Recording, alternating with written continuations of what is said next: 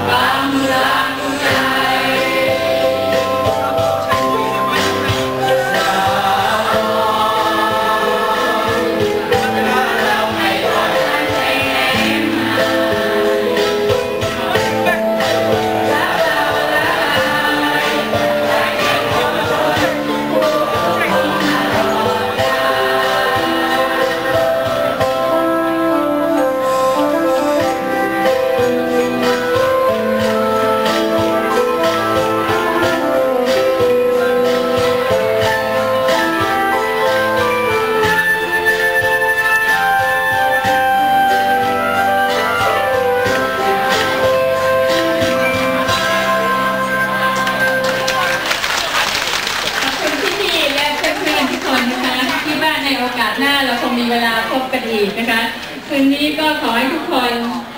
จู้ต้าเจียชิ่งหูขอบคุณมากนะคะสวัสดีค่ะ